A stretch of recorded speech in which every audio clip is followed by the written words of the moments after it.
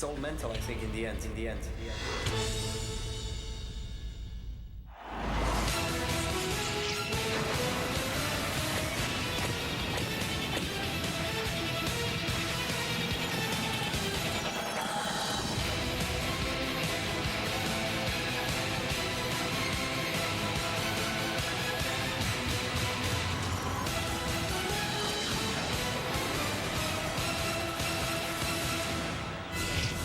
Even before the Empire State Building, Rockefeller Center, and other landmarks were built, New York established itself as the proud host of America's Grand Slam Tennis Championship. And today, the world's greatest city welcomes two elite competitors who have been circling the globe in pursuit of the sport's most coveted prizes. Novak Djokovic of Serbia opened the tennis year, winning his second Australian Open crown. The Spanish conquistador, Rafael Nadal, captured his sixth French Open victory. And in July, they clashed head-to-head in the gentlemen's final on the fabled lawns of Wimbledon. Djokovic prevailed.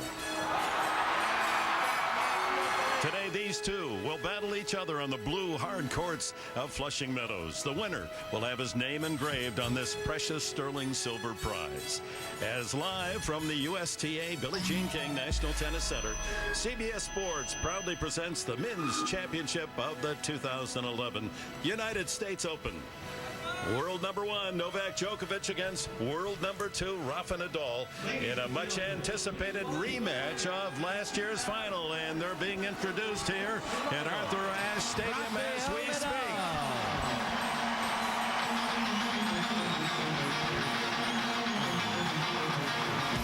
And Novak Djokovic.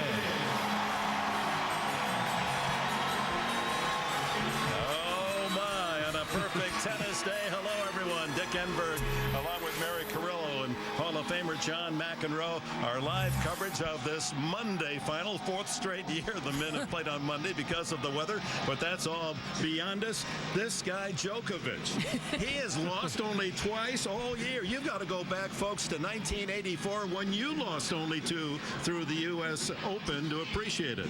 Damn this guy.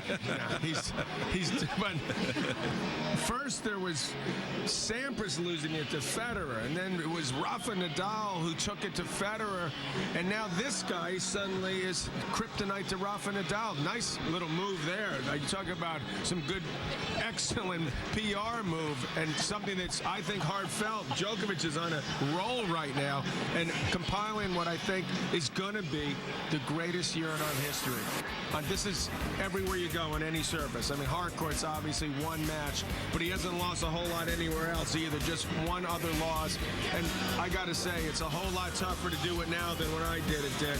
This guy has been phenomenal. Quality is so much better. It's so much more physical. This may go down as one of the greatest shots in our sports history. This is match point down against Federer.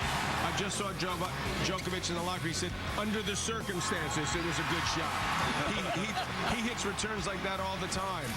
And this is what happens when you come back from two match points down against arguably the greatest player that ever lived 2 years in a row. You start dancing.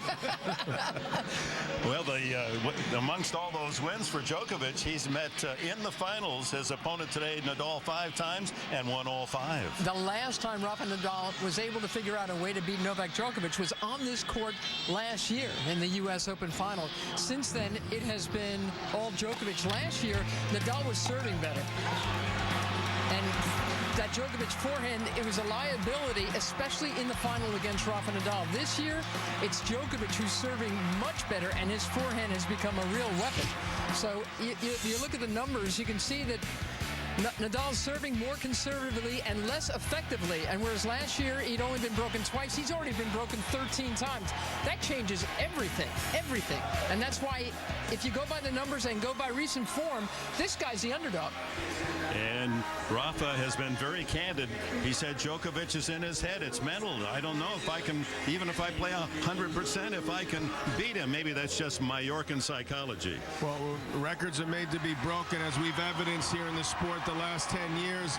Nadal is ready, and I think he may have something up his sleeve against the #1 seed, Novak Djokovic.